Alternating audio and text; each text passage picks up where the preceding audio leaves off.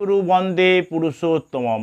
শ্রী শ্রী ঠাকুরকে দেবীদা বলছেন, ঠাকুর কোনো মেয়ের বিয়ে হয়ে গেল, তারপর জানা গেল স্বামী মদ খায়, দেবররা সবাই অত্যাচার করে, সেক্ষেত্রে মেয়েদের কি করা, কোথায় থাকবে?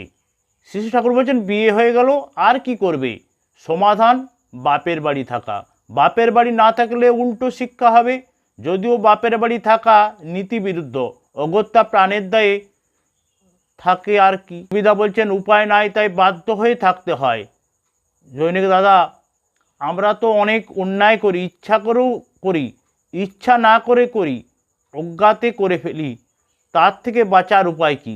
শ্রী ঠাকুর বলছেন, তার মানে শাসিত হও নাই, অনুশাসন মেনে চলা চরনা, নিষ্ঠা, অনুগত্য, কীর্তি সম্বেগ, পরিচর্যা, এগুলোর অভাব, এইসবগুলো শিখতে হয়, অভ্যাস করতে হয়। এগুলোর ভিতর দিয়ে শাসিত অর্থাৎ সৃষ্টভাবে চলার তুকগুলো ক্রমশ অধিগত হতে থাকে।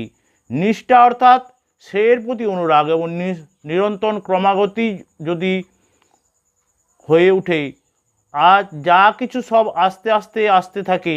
আগে তো নিষ্ঠারই শিক্ষা ছিল। নিষ্ঠার শিক্ষা মানে চরিত্রের শিক্ষা।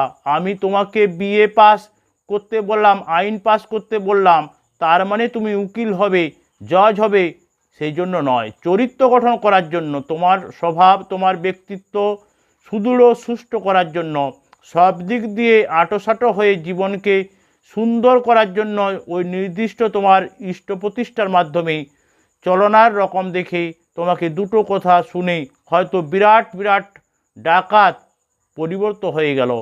তুমি এই মঞ্চে গিয়ে দাঁড়ালে তোমার কথা শুনে অজ্ঞান হয়ে যাবার মতো, তোমার সিদ্ধান্ত শুনে অবাক হয়ে যাবার মতো, তোমার আচরণে কথার মানুষের মধ্যে প্রেম, প্রীতি, ভক্তির ভাব অঢেল হবে জেগে ওঠে।